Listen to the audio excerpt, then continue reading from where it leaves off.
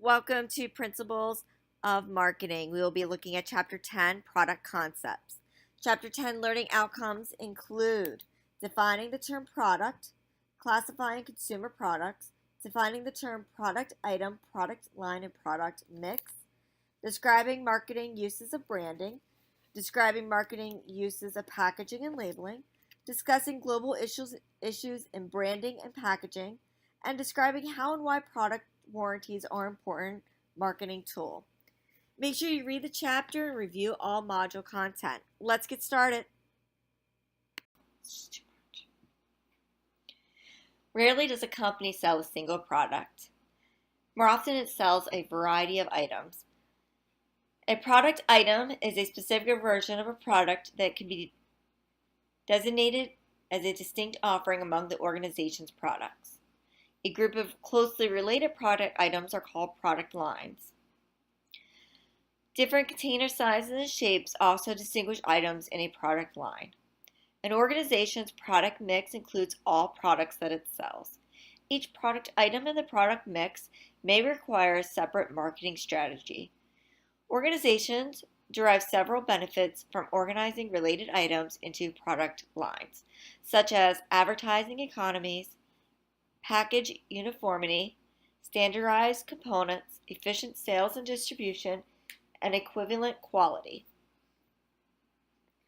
Product mix width refers to the number of product lines an organization offers. Product line depth is the number of product items in a product line. Firms increase the width of their product mix to diversify risk, to generate sales, and to boost profit. Firms spread risk across many product lines rather than depend on only one or two. Firms also widen their product mix to capitalize on established reputations. Firms increase the depth of their product lines to attract buyers with different preferences, to increase sales and profit by further segmenting the market to capitalize on economies of scale in production and marketing, and even out seasonal sales patterns.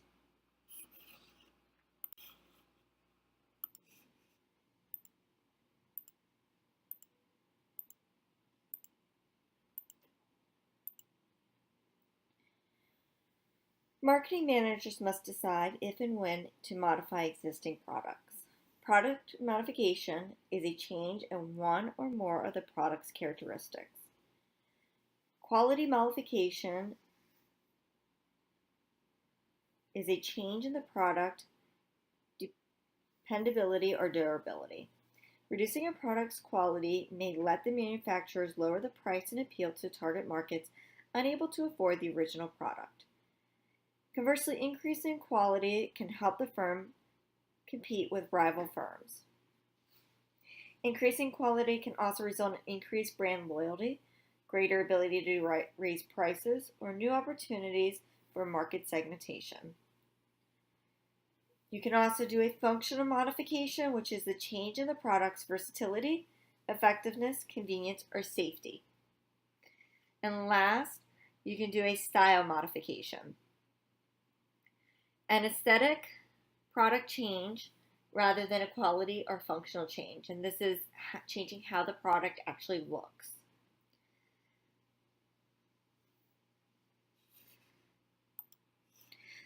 Planned obsolescence is the term commonly used to describe the practice of modifying products so that those that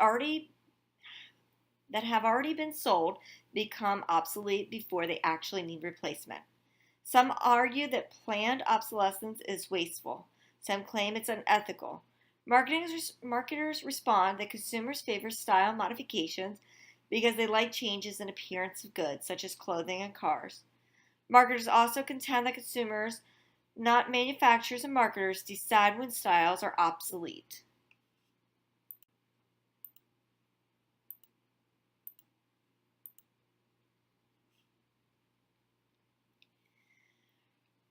Repositioning involves changing consumers' perception of a brand.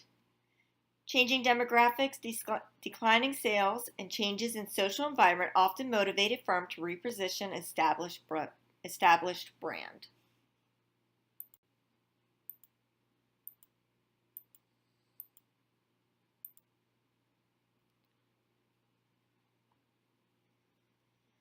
A product line extension occurs when a company's management decides to add products to an existing product line in order to compete more broadly in the industry. A company can add too many products, or demand can change for the type of products that were introduced over time. When this happens, a product line is overextended. Product lines can be overextended when some products in the line do not contribute to profits. Manufacturers or marketing resources are disproportionately allocated to slow-moving products. And some items in the line are obsolete because of new product entries in the line or new products offered by competitors.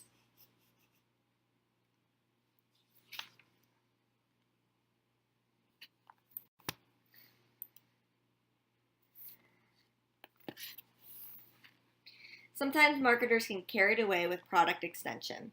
The three benefits are likely when a firm contracts an overextended product line include: first, resources become concentrated on most important products. Second, managers no longer waste resources trying to improve sales and profits of poorly performing products. Third, new product items have greater chance of being successful because financial and human resources are available to manage them.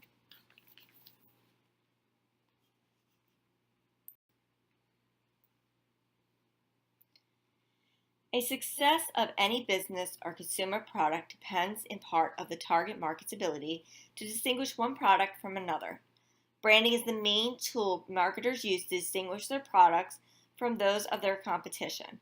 A brand is a term, name, symbol, design, or combination of them that identifies a seller's product and differentiates them from competitors' products. A brand name is that part of a brand that can be spoken, including letters, words, and numbers. The elements of a brand that cannot be spoken are called the brand mark.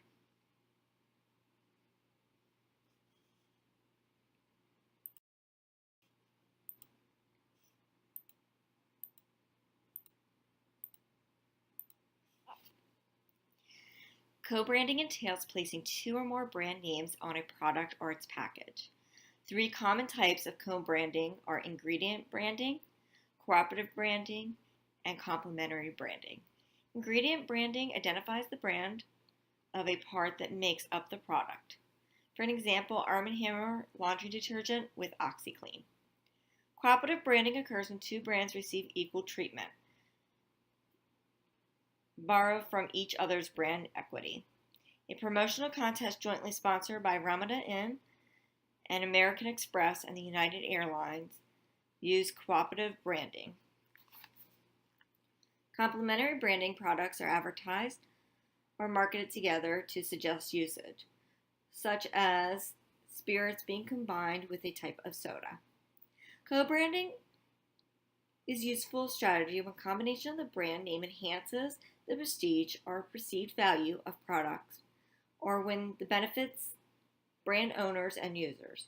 Co-branding may also be used to increase a company's presence in markets where it has little room to differentiate itself or has limited market share.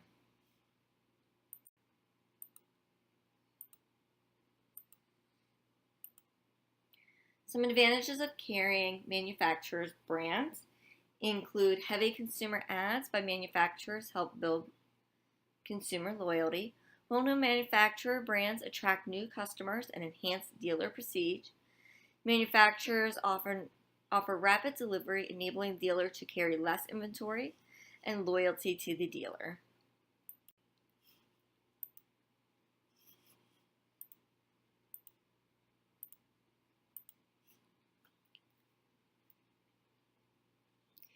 A private brand is also known as a private label or store brand. It is a brand name owned by the wholesaler or retailer.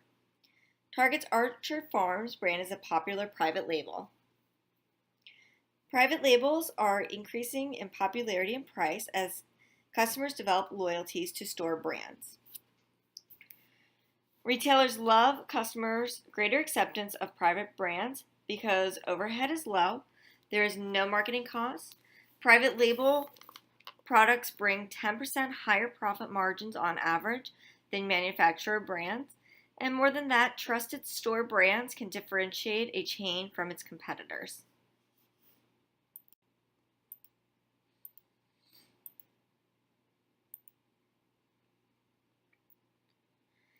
Instead of marketing private brands as cheaper and inferior to manufacturer brands, many retailers are promoting their own capital brand. These brands carry no evidence of store affiliation, are manufactured by a third party, and are sold exclusively at the chains. This strategy allows retailers to ask price similar to or equal to manufacturer brands, and the competitive brands are typically displayed alongside mainstream products.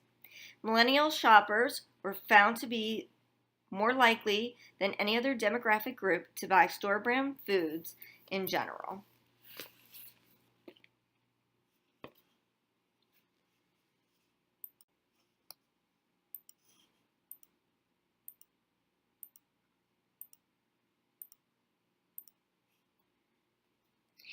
A trademark is the exclusive right to use a brand or part of a brand. Others are prohibited from using the brand without permission. A service mark performs the same function for services. Part of a brand or other product identification may qualify for trademark protection.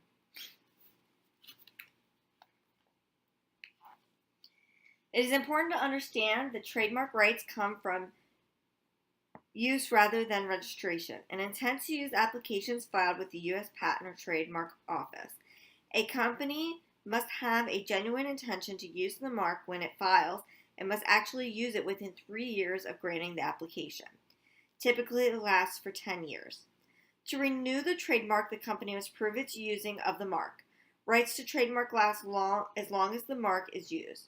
If the firm does not use it for 2 years, the trademark is considered abandoned, and a new user can claim exclusive ownership of the mark.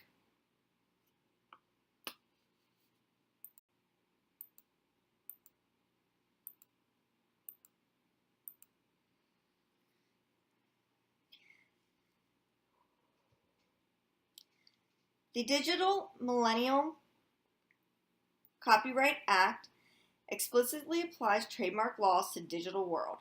This law includes financial penalties for those who violate trademark or register an otherwise trademarked term as a domain name. The DMCA has come under some criticism for its more restrictive provisions. Companies that fail to protect their trademark face the possibility that their product name will become generic. Generic product name identifies a product by class or type and cannot be trademarked.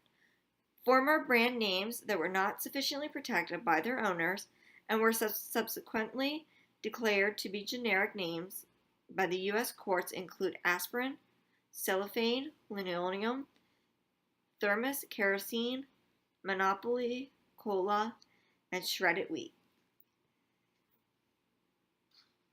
Despite the risk of incurring penalties, infringement lawsuits are still common. Serious conflict can occur when brand names resemble one another too closely. There is no such thing as a global trademark. Companies must also contend with fake or unauthorized brands. Knockoffs of trademark clothing lines are easy to find in cheap shops all over the world, and loose imitations are found in some reputable department stores as well. In Europe, you can sue counterfeiters only if your brand logo or trademark is formally registered. Formal registration used to be required in each country in which the company sought protection. However, today a company can register its trademark in all European Union member countries with one application. When planning to enter a foreign market with an existing product, a firm has 3 options for handling the brand name.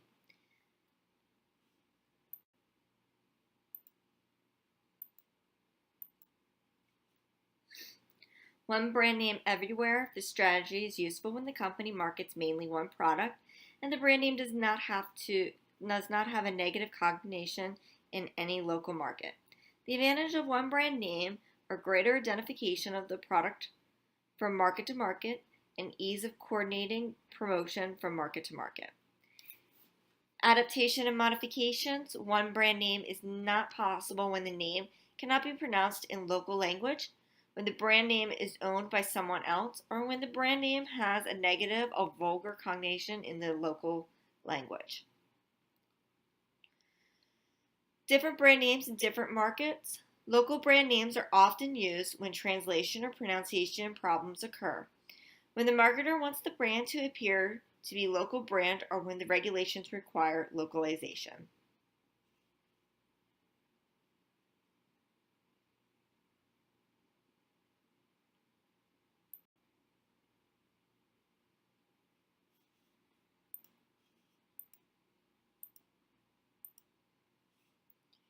In addition to global branding decisions, companies must consider global packaging needs. Three aspects of packaging that are especially important in international marketing are labeling, aesthetics, and climate considerations. The major labeling concern is properly translating ingredients, promotional and instructional information on the labels. Care also must be employed in meeting all local labeling requirements. Labeling is harder in countries like Belgium and Finland, which requires packaging to be bilingual. Packaging aesthetics may also require some attention, even though simple visual elements of the brand, such as a simple logo, can be standardizing elements across products and countries. Marketers must stay attuned to cultural traits in the host country. In the United States, green typically symbolizes an eco-friendly product, but that packaging could keep customers away in countries where green indicates danger. Aesthetics also influences packaging size. Soft drinks are not sold in six-packs in countries that lack refrigeration.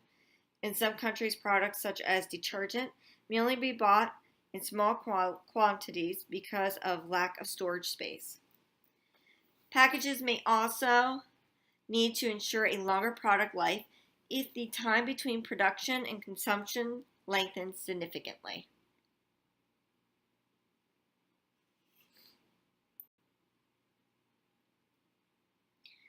Just as package is designed to protect the product, a warranty protects the buyer and gives essential information about the product.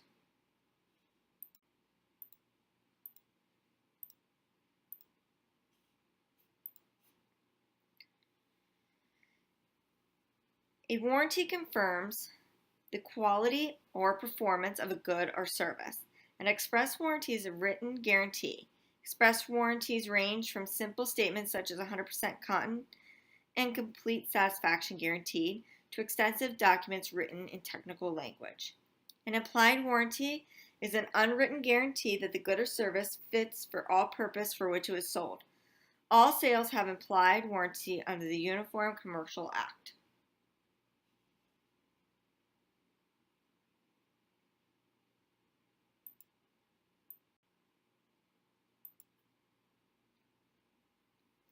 Congress passed the Magnuson-Moss Warranty Federal Trade Commission Improvement Act in 1975 to help consumers understand warranties and get action from manufacturers and dealers. A manufacturer promises a full warranty must meet certain minimum standards, including repair within a reasonable time and without charge of any defects, and replacement of the merchandise or full refund if the product does not work after a reasonable number of attempts at repair.